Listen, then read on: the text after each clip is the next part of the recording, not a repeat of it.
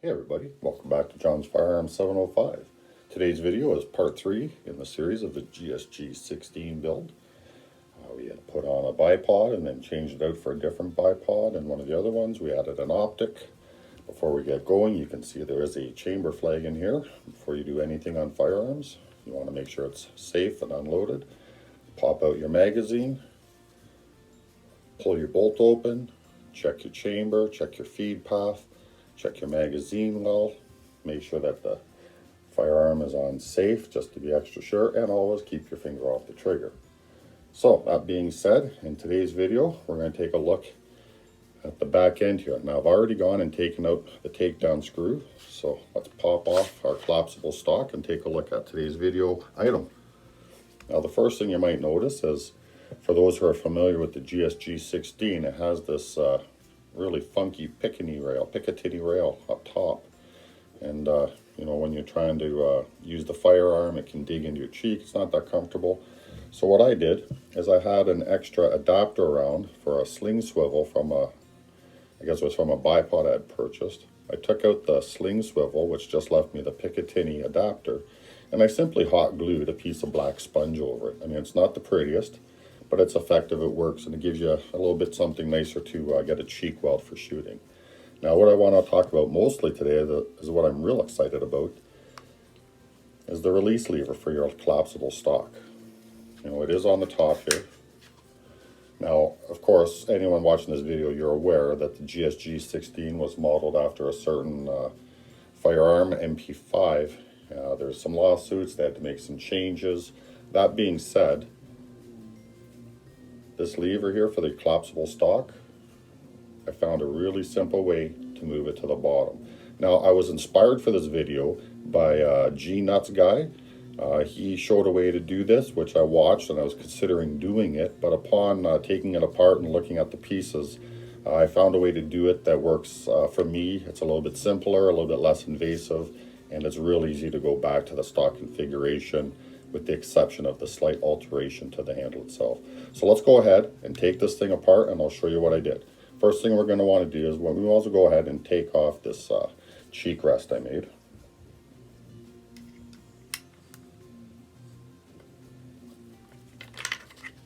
Okay, get that out of the way.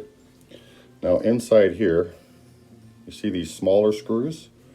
On mine, it is a Torx wrench number 10. We're going to go and take out those two small screws.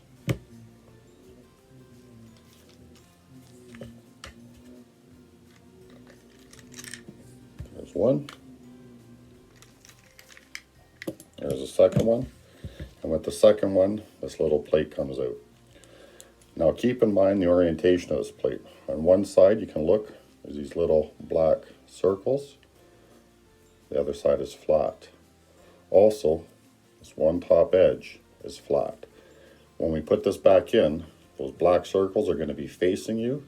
The black flat edge will be up to the left when we put it in. Okay? So just remember the orientation. So we can stick that aside. Once that's out, we can remove this part of the stock from this unit. Just simply push in your lever, pull it up, simply pull it right out just like that. We can stick this aside for now. Now, see that's under spring tension? What we're going to want to do is just hold it up to the center and kind of cradle it like that, okay? And we're going to take out this center screw, and when we do, this other little plate in here will drop out, okay? So let me get my T20 bit on here. Again, I'm going to cradle this and take up a bit of that spring tension and hold it in so it doesn't pop out. Go ahead and take out that bolt. Well, actually, it's a screw and a crush washer.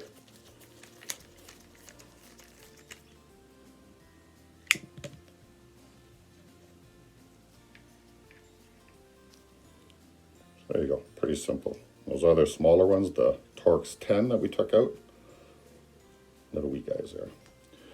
Okay, so once that's out, just hold upside down and jiggle this a few times, and that little plate should, oh, there it is, just dropped right out for me. Now we're just gonna slowly unrelease the tension. That'll come out. got yourself a little spring up inside there. And on the back side here, you got one little nub that sticks out to catch the tail on the spring.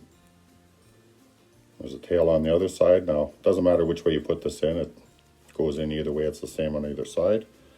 And inside the lever, there's another little nub up there that the other end catches on, so that's what gives us our tension when it's all mounted up in here. So anyway, that's the original configuration. I want it to be on the bottom.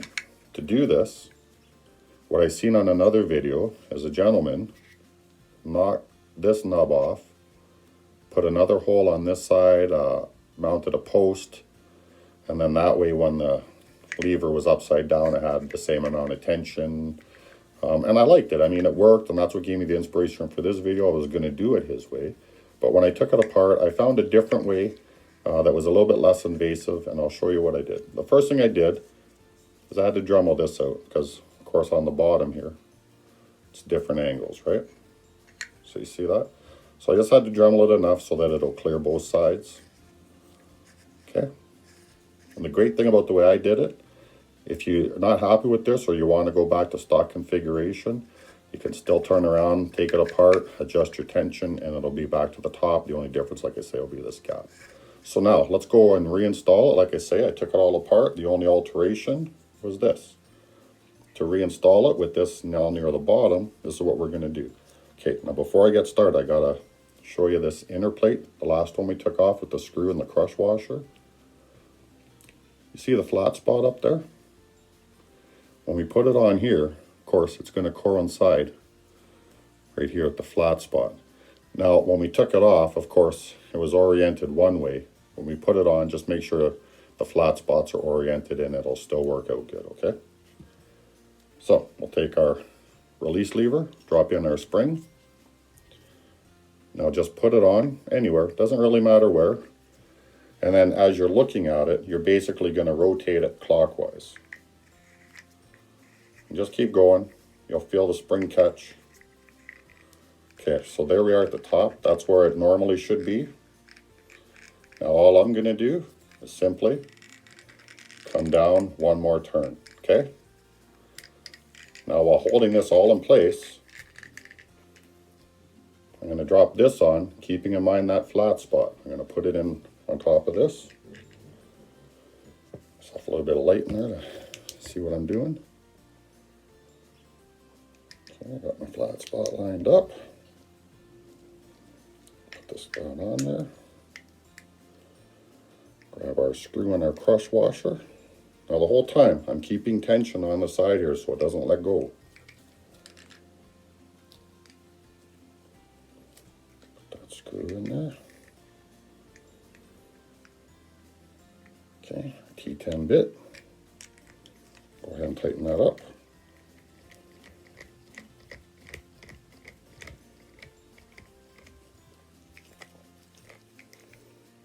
Okay, now you want to snug it, you don't need over tight. Now once that's in there, you'll see this will only go so far now, okay? Now that we have this all together,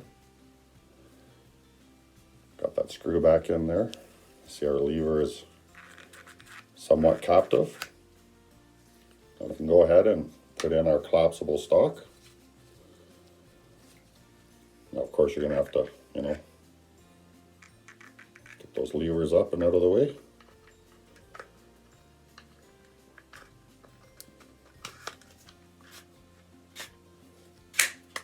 Okay, get it on there, okay? Now we're going to come in here. Actually, let's move this to the end of it. Right up there is good.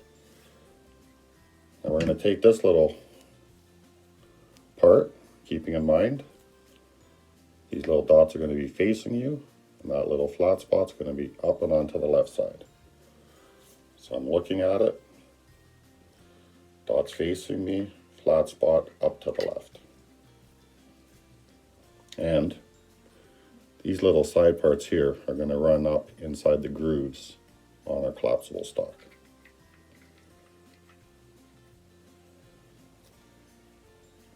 And there you can see. Got it back in there now. We can just put on those two other smaller T10 screws.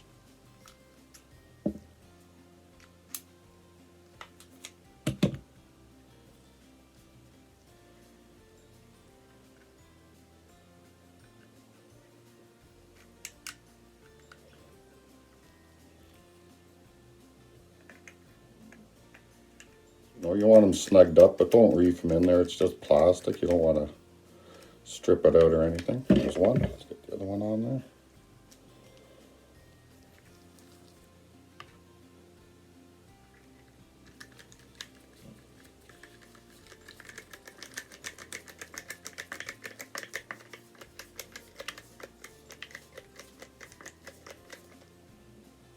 Okay, so there we go. It's just that easy, guys. So now let's put this back on the rifle, put in our takedown screw, and see how she functions.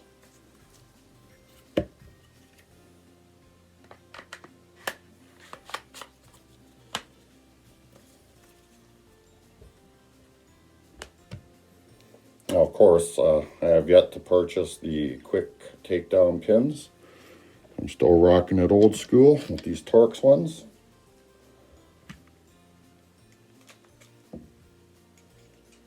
But they work just fine. It didn't take very long.